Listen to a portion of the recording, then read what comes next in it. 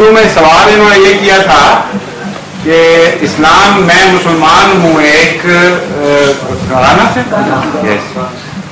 اور مجھے پتا ہے کہ اسلام میں جوا حرام ہے، لیکن میں نے غلطی کی اور جوا کھیلا اور کچھ رقم مجھے آ گئی کافی، وہ رقم میں نے مسجد میں خرچ کر دی بجائے اس کے کہ اپنی ذات پہ خرچ کرتا، تو کیا مجھے ثواب کی توقع رکھنی چاہیے؟ میں نے ان سے کہا کہ آپ نے جو گناہ کیا اس پر تو سزا کی توقع رکھنی چاہیے، ثواب کی کیسی توقع؟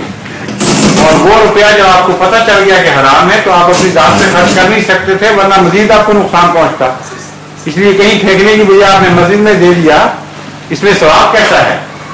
جو جائز کمائی ہوئی ہو وہی ثواب کا موجب ہوتی ہے۔